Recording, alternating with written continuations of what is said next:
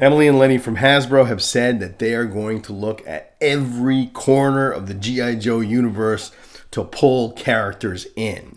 I think that it's really fun because we're at the point of classified, and we've kind of said this all along, where nothing in the history of GI Joe is off limits for classified, right? It's everything and anything is game, and that's why I think these videos are hopefully fun and useful. So this is actually the third in a series. What we're going to do is we're going to look at 15 characters that are sort of deep cuts. They're not characters that you had as a kid or remember very well, but they're characters that that would make a great figure and a good expansion of the line. This is the third one of these in a series, and the first one I advocated to give us some of the best figures of all time, like Billy, Cobra Commander's son, Quinn the Eskimo, Cobra Commander with the hood.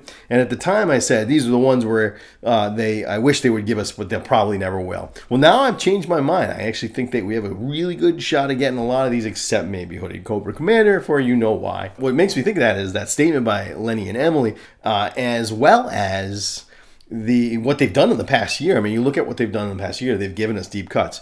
Look at Jodie Craig Shooter. This is a character who showed up in 3 comics and then was immediately killed off, and is a character from really the past. They also gave us Agent Helix, which is probably one of the best figures of last year, but is a character from the Rise of Cobra video game. Had his figure when the Rise of Cobra line came out, and was featured in the comic a little bit, but was certainly nothing we knew about when we were kids, and I'd never heard of her before the figure came out. And they gave a Shadow Tracker.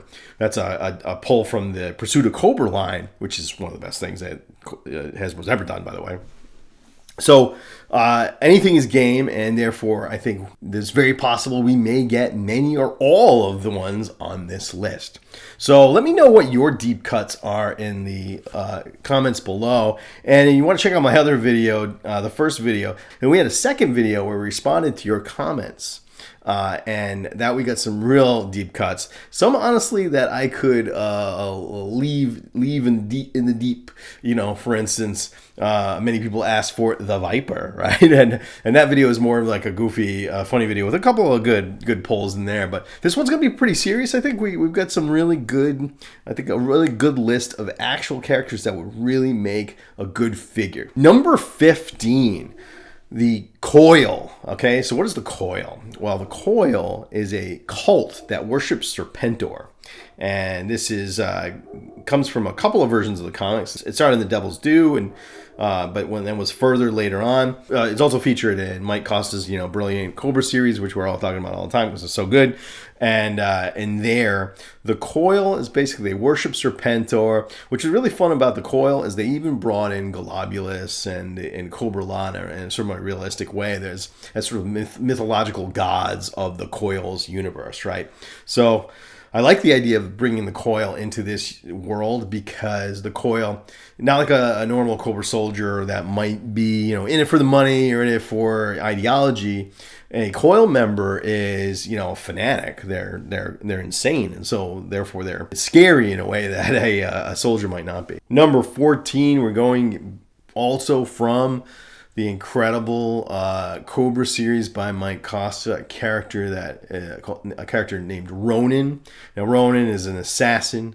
She's a ninja, and she has a pretty strong arc in that Cobra series that would make a great figure. She's got a good look, and she's pretty badass. I would like that figure. That's Ronin. Next, we're going to pull from a completely whole different world. And this is Iron Claw from G.I. Joe Extreme. G.I. Joe Extreme, where everything was extreme back in the 90s. Well, G.I. Joe Extreme was a terrible version of G.I. Joe. By far, one of the worst.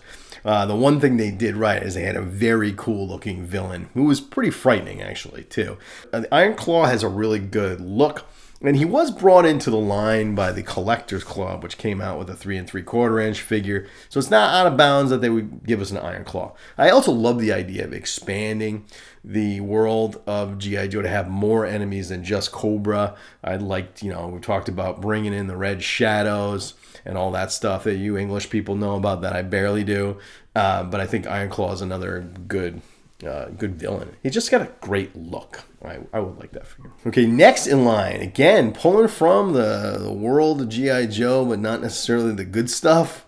But even in the worst versions of G.I. Joe, there's usually one or two good and interesting things.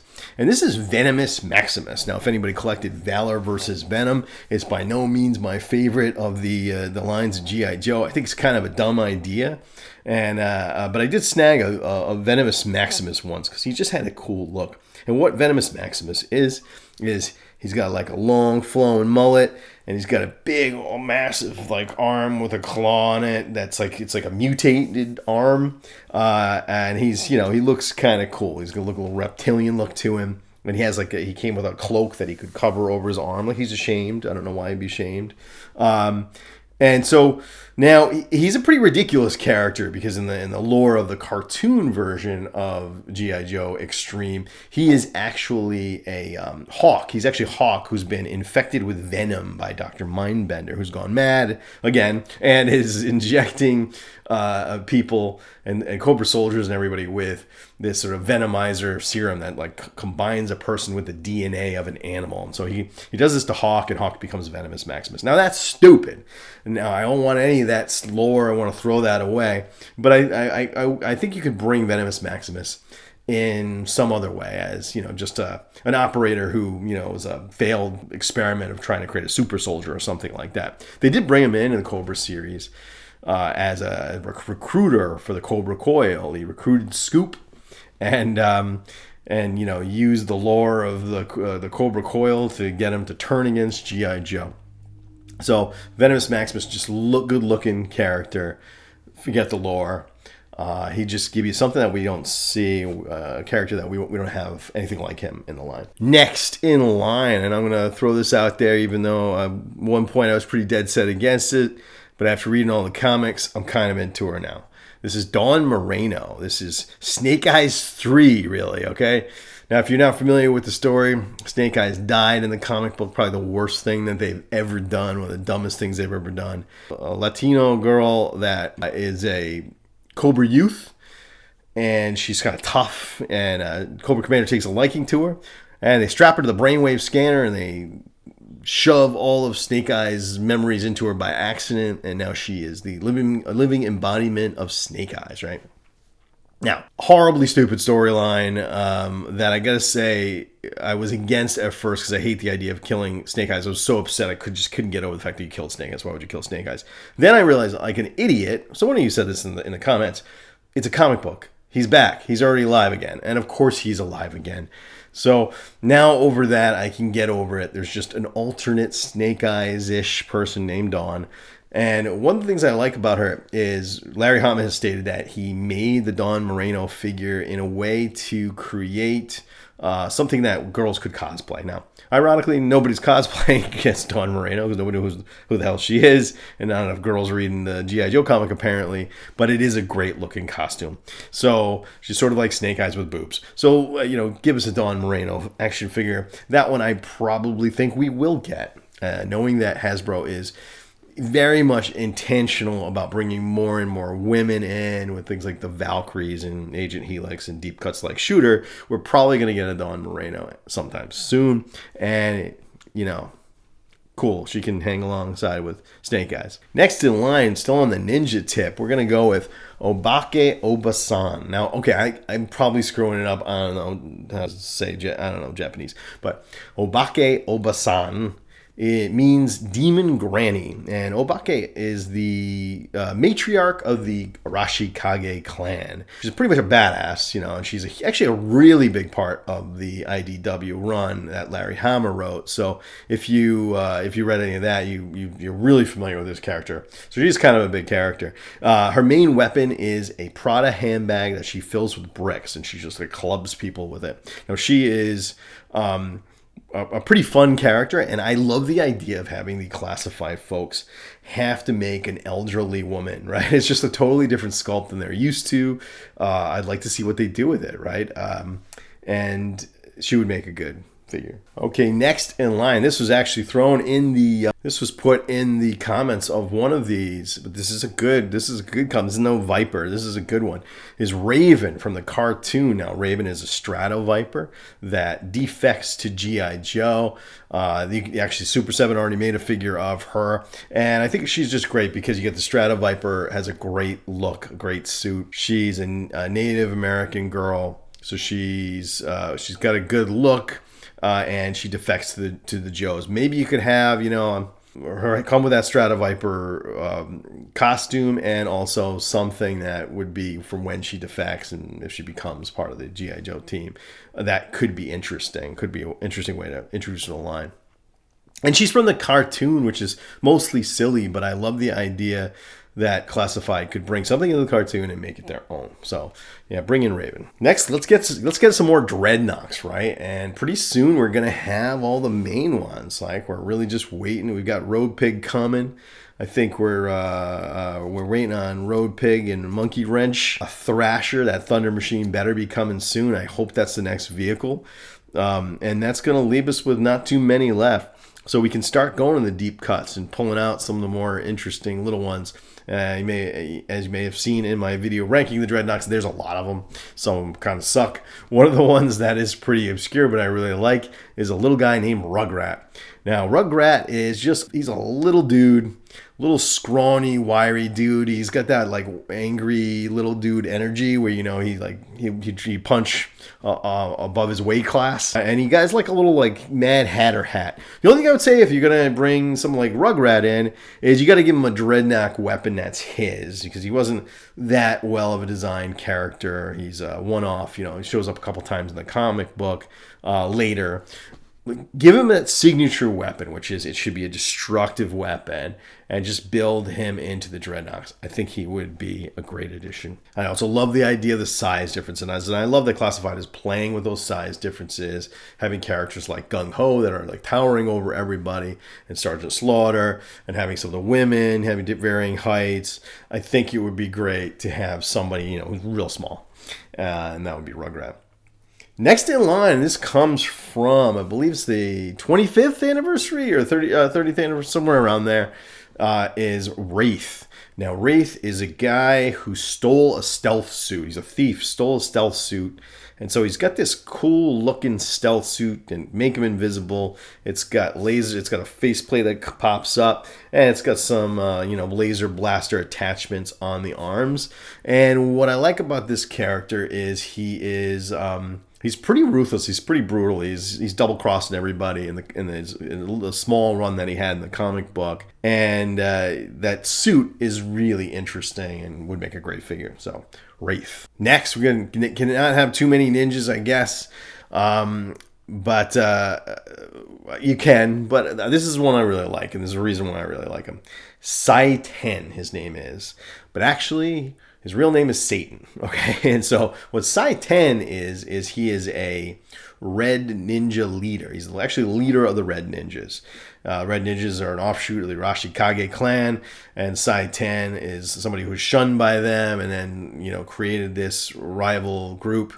This is from the Devil's Due comic and is part of the Master and Apprentice series.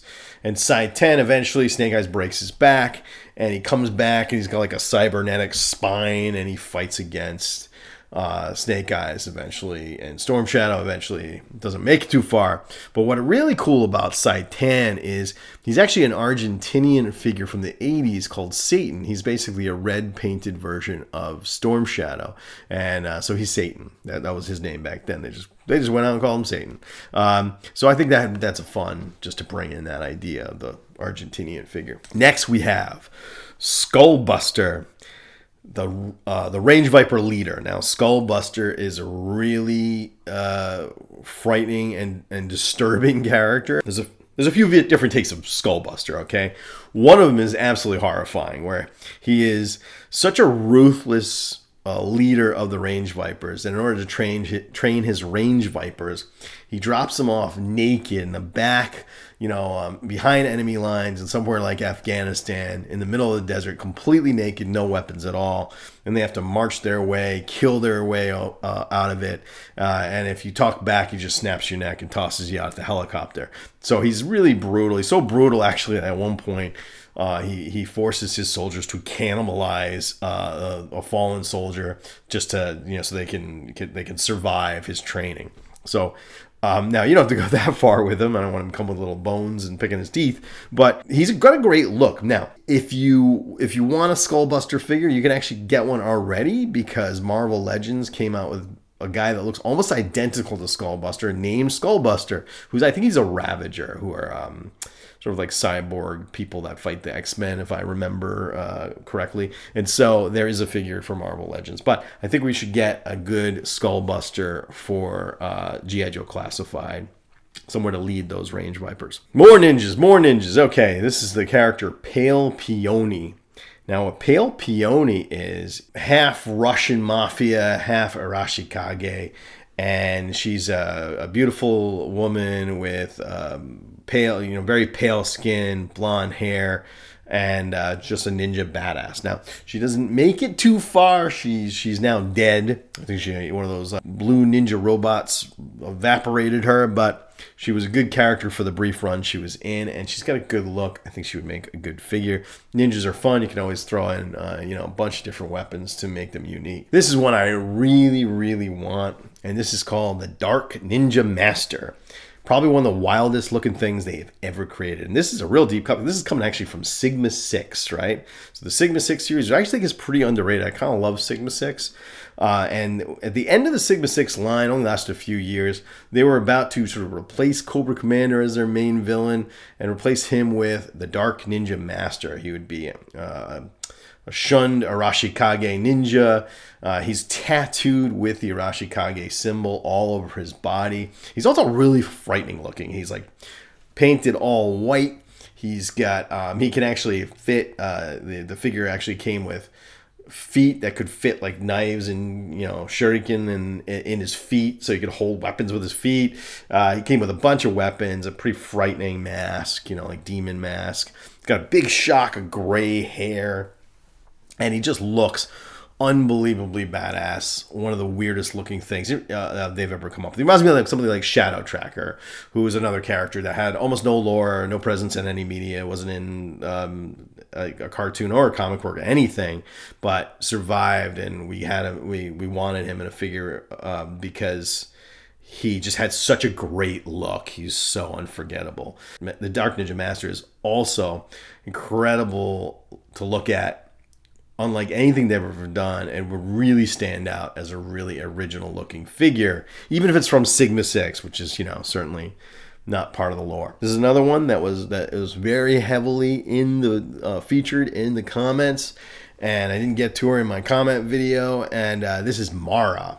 Now, Mara, of course, is from the cartoon. She is a merlady, basically. She falls in love with Shipwreck, and that's why we need Mara, man. Shipwreck is horny. You ever notice that? He is the horniest of all of them. He's just always after the ladies. He always wants some. I mean, watch him going after Satin or Mara. He's into it. So, and the many times he sexually harassed Scarlet, so he's basically always, he likes the ladies. I'm attracted to morons. And I got this thing for mermaids. So we need a lady for him, I think, and Mara also, I think, is really cool because she's one of those, it's very, very common that Cobra is genetically experimenting on their soldiers. I buy it. They would do it. Experimentation and no lack of volunteers. I was to be the first of a squadron of amphibious commandos. Cobra soldiers who could breathe both air and water. Now, I don't want the cartoon version of her. I love that the G.I. Joe Classified line is taking the old style and reimagining them just slightly, just sort of evolving them so they fit in to a modern era, modern world, retaining a lot of the qualities that they had. And I want them to do that with this too. I want to imagine how Mara could fit in a more realistic storyline, and I think you could do that with a figure. I'd like to see what they do. So Mara would be awesome. Good suggestion. Many people said it. Okay, my last deep cut, we have Zartan's daughter, Zagna. Now, I've been eyeing a Zagna on eBay. Looks pretty good. I'm thinking about buying it, but I may hold out for Classified to come out with one eventually. Zagna is a really fascinating character, even though, again, she came out late. This came out in the Devil's Due era, and then eventually was brought into IDW's world. But she has a really interesting origin where she's, Zartan knocks up her mom, like, in the night somewhere in the 80s, and then she's sort of living with her abusive stepfather, and her mother doesn't give a shit, and so she just flips out one day, burns her trailer down, and kills mom and the stepfather. Then goes and searches for Daddy Zartan, meets up, and he brings her into the fold. She's scrappy. She's like beating the shit out of men. She's a little, very violent and kind of scary girl. She's got a good look. I do think anytime you bring a Dreadnought in, though, you got to give him that signature weapon she doesn't have yet. So I don't know what that would be. They're getting pretty imaginative with the weapons. I think like with Zorana, they gave us the original weapon that she came with, the gun with the spinny, windmill blade on it, razor blade. And they also gave her an electric, knife that's pretty badass. So I want something for Zagna that is a destructive weapon, something that she can use to, fit in with the other Dreadnoughts when they go out and just start bashing equipment. And she can, plot to take over the Dreadnoughts when Zartan retires. That's his plan. So anyway, that's 15 deep cuts from the cartoon comic book, anything, anywhere, right? We can pull from anywhere, and that's the awesome thing. Do you have any deep cuts? Anything I missed? What should we put in there?